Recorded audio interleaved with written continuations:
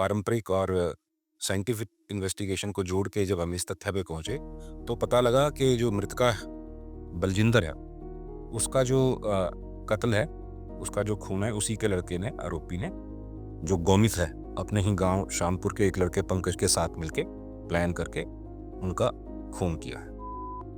आज का केस है हरियाणा के यमुनानगर की एक ऐसी सच्चाई का जिसे सुनकर आपका रिश्तों पे से भरोसा उड़ जाएगा। एक ऐसा रिश्ता जिसे सबसे ज्यादा सुरक्षित माना जाता है, माँ और बेटे का। एक माँ ने अपने बेटे को पढ़ने के लिए लंदन भेजा, पर उसे क्या पता था वही बेटा उसकी मौत का कारण बनेगा। आज हम बात करेंगे बलजिंदर कौर मर्डर केस की।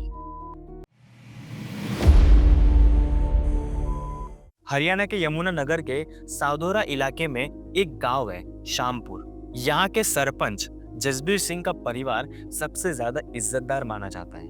24 दिसंबर 2025 की वो ठंडी रात थी। गांव में चारों तरफ सन्नाटा था। सरपंच की पत्नी 45 साल की बलजिंदर कौर रोज पशुओं के बारे में जाती थी और फिर वापस घर लौटती थी। कभी कभी टाइम ज्यादा भी लगता था। रोज के तरह बलजिंदर कौर 24 दिसंबर को 9 बजे पशुओं के बारे में गई ताकि ये चेक कर सके कि जानवरों को चारा पानी मिला या नहीं। ये उनका रोज का नियम था, पर उस रात वो वापस घर नहीं लौटी। जसबीर सिंह ने काफी देर तक इंतजार किया, आवाज दी, लेकिन सन्नाटे के अलावा और कुछ सुनाई नहीं दिया। और फिर वो खुद थोड़ी देर बाद टॉर्च लेकर बाड़े में गए। वहां जाकर भी उन्होंने अपनी पत्नी को आवाज दी, बट कोई रिप्लाई नहीं आया। लेकिन थोड़ी देर बाद उन्होंने जब टॉर्च को एक तरफ घुमाया तो जो उन्होंने देखा, उनके होश उड़ गए। उनकी पत्नी का शरीर पानी की टंकी में पड़ा था। अपनी पत्नी को ऐसी हालत में देख वो जोर से रोने लगे, चिल्लाने लगे। जब ये बात पूरे गांव में फैली तो पूरा गांव उस जगह पर इकट्ठा हो गया और फिर बलजिंदर कौर को हॉस्पिटल ले जाया गया। हॉस्पिटल पहुंचते डॉक्टर ने जब उनको चेक किया तब डॉक्टर ने बताया कि बलजिंदर कौर अब इस दुनिया में नहीं रही। ये सुन के सब लोगों को बहुत ही दुख हुआ, लेकिन गांव वालों और रिश्तेदारों को ऐसा लगा कि शायद पानी में गिरने की वजह से उनकी मौत हो गई। ये सिर्फ एक हादसा है, लेकिन ये तो सिर्फ एक बड़ी साजिश की शुरुआत थी जो पीछे कई राज छुपाए बैठी थी। बलजिंदर कौर और जसबीर सिंह का एक 23 साल का बेटा था, गुमित राठी। गुमित लंदन में रहकर पढ़ाई कर रहा था। सबने कहा कि एक ही बेटा है, उसे बुलाएंगे, उसके बिना अंतिम संस्कार नहीं किया जाएगा। इसीलिए 4 से 5 दिन तक बॉडी को प्रिजर्व करके रखा गया। जैसे ही खबर लंदन गुमित तक पहुंची, वो फोन पर रोने लगा। उसने अपने रिश्तेदारों से विनती की कि वो उनकी माँ का अंतिम संस्कार न करें। वो 24 घंटे के अंदर लंदन से इंडिया पहुंच गए। पूरे गांव को उस पर तरस आ रहा था कि एक बेटा अपनी माँ को आखिरी बार देखने के लिए तड़प रहा है। 26 दिसंबर 2025 को गुमित दिल्ली एयरपोर्ट पहुंचा। उसे कुछ लोग वहां लेने भी गए थे।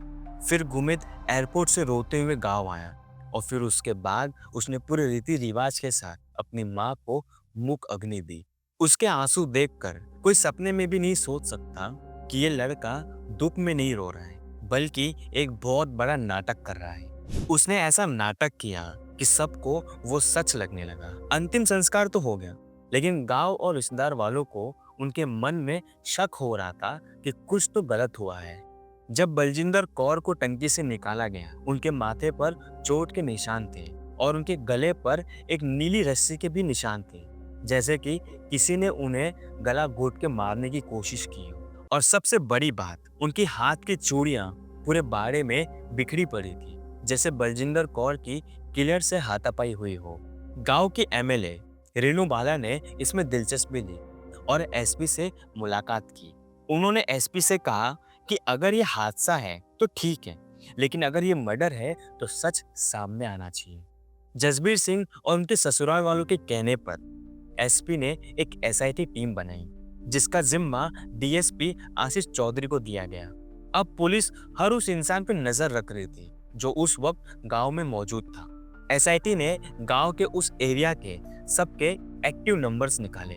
पुलिस को लगा कि शायद बाहर से कोई किलर आया होगा, लेकिन हजारों नंबर्स में से कुछ क्लियर नहीं हो रहा था। तभी एक ऑफिसर ने सुझाव दिया कि क्यों ना लंदन से आए बेटे गुमित का नंबर चेक किया जाए, क्योंकि रिश्तेदारों और गांव वाले से पूछताछ करने के बाद एक बात पुलिस वालों को पता चली कि जो बलजिंदर कौर थे वो एक शांत स्वभाव के इंसान, उनको किसी से बातचीत करना पसंद नहीं था।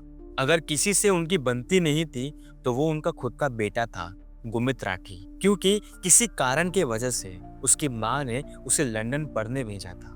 पहले तो सबने मना किया कि बेचारा बेटा लंदन में था, लेकिन जब पुलिस ने कॉल डिटेल्स और टावर लोकेशंस निकाली तो सब हैरान रह गए। रिपोर्ट्स के मुताबिक गुमित राठी 18 दिसंबर 2025 को इंडिया आ चुका था, यानी कि मौत के लगभग 6 दिन पहले ही वो इंडिया में मौजूद था, पर उसने किसी को ये बात नहीं बताई थी। ये सबसे बड़ा सबूत था गुमित के खिलाफ, जहां पर पुलिस का शक गुमित पर डायरेक्ट क्लियर होता गया। पुलिस ने गुमित को हिरासत में लिया, फिर उससे सख्ती से पूछा कि 18 दिसंबर को वो कहाँ था।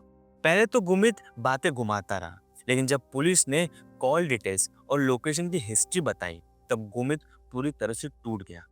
उसने पुलिस वालों को बताया कि उसे अपने ही गांव की एक लड़की से बेहद प्यार था और वो उससे लव मैरिज करना चाहता था, लेकिन उसकी माँ बलजिंदर कौर इस रिश्ते के सख्त खिलाफ थी। माँ ने ही जिद करके अपने बेटे को लंदन भेजा ताकि वो उस लड़की को भूल जाए। गुमित को ऐसा लग रहा था कि उसकी माँ उसकी खुशी की दुश्मन है। लंदन में उसे पैसों की तंगी दी जाती थी ताकि वो सुधर सके। घर वाले कहते थे कि पहले ही पढ़ाई में बहुत खर्चा हो चुका है, आजकल के लड़के पढ़ाई के साथ काम भी करते हैं, तो गुमित को भी ऐसा ही करना चाहिए। लेकिन गुमित को ये बात समझ नहीं आ रही थी, जिसके कारण गुमित के मन में अपने माँ के खिलाफ सिर्फ नफरत भर चुकी थी। उसने सोच लिया कि जब तक उसकी माँ जिंदा है वो अपनी पसंद की लड़की के साथ कभी शादी नहीं कर पाएगा। यही वो जुनून था जिसने एक बेटे को कातिल बना दिया। गुमित इस प्लान में अपने बचपन के दोस्त पंकज पुनिया को शामिल कर लेता है, जो उस गांव में ही रहता था, और इन दोनों की एक दूसरे से फोन पे बात होती थी। पहले लंदन में बैठकर इन दोनों ने प्लान किया, लेकिन इंडिया आने के बाद वो सबसे पहले अपने घर नहीं गया, बल्कि वो गांव के किसी जानवरों के बाड़े में जाके छुप गया। सोचे 6 दिन तक वो बेटा अपने माँ के घर के पास जानवरों के बीच में गंदगी में रह रहा था, वो भी सिर्फ इस इंतजार में कि कब उसकी माँ वहां पर आए और वो अपने प्लान को अंजाम दे। पंकज, जो इस प्लान का दूसरा पर्सन था, वो रोज गुमित को खाना लाकर देता था और घर की हर छोटी से छोटी बात उस तक पहुंचाता था। गुमित को पता था कि उसकी माँ रोज रात के 9 बजे बाड़े में आती है। उन्होंने पूरा प्लान बनाया कि मौत को एक हादसा दिखाना है, ताकि लोगों को ऐसा लगे कि उनकी मौत पानी की टंकी में गिरने से हुई। 24 दिसंबर की रात जब बलजिंदर कौर बाड़े में पहुंची, तब उस वक्त बाड़े में गुमित और पंकज दोनों उस वक्त वहां पर मौजूद थे। गुमित ने एक भारी डंडे से अपनी माँ के सर पर पीछे से वार किया। माँ नीचे गिरी, पर उन्होंने अपने बेटे का चेहरा देख लिया था। उनकी आंखों में वो दर्द और हैरानी रही होगी जो शायद शब्दों में बयान नहीं किया जा सकता। फिर गुमित ने बिना रहम खाए अपनी माँ का गला घोट दिया।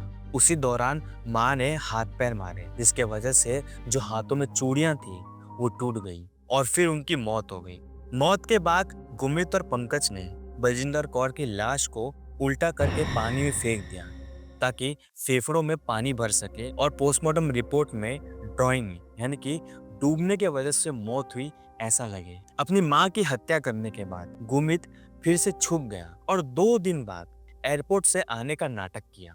10 जनवरी 2026 को यमुनानगर के पुलिस ने इस कलयुगी बेटे का पर्दाफाश कर दिया। गुमित राठी और उसका दोस्त पंकज पुनिया को गिरफ्तार कर लिया गया। ये खबर सुनकर पूरा हरियाणा हैरान रह गया। एक माँ ने जिस बेटे को जन्म दिया, उसे बड़ा किया, उसे पढ़ने के लिए लंदन भेजा, उसने सिर्फ एक लड़की और एक जिद के वजह से अपनी माँ का कत्ल कर दिया। पुलिस ने मौत में इस्तेमाल हुए डंडे और मोबाइल्स को जब्त कर लिए। आज गुमित जेल की सलाखों के पीछे है, लेकिन जसबीर सिंह का घर पूरी तरह से उजड़ गया।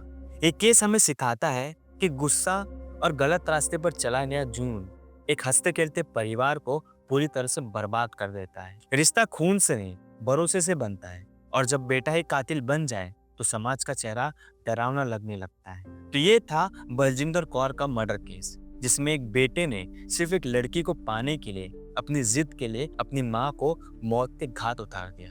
वो बेटा शायद समझ नहीं पाया कि उसकी माँ उसका अच्छा भविष्य देखना चाहती। उसकी माँ चाहती थी कि वो जिंदगी में कुछ बड़ा करे, लेकिन वो अपनी जिद की वजह से अपनी माँ का कत्ल कर दिया। आपकी क्या राय है कि गुमित को फांसी की सजा होनी चाहिए? क्या ऐसे इंसान को जीने का कोई हक है? तो मिलते हैं अगले वीडियो में। तब तक के लिए आप अपना और अपने परिवार का ख्याल रखिए। जय हिंद।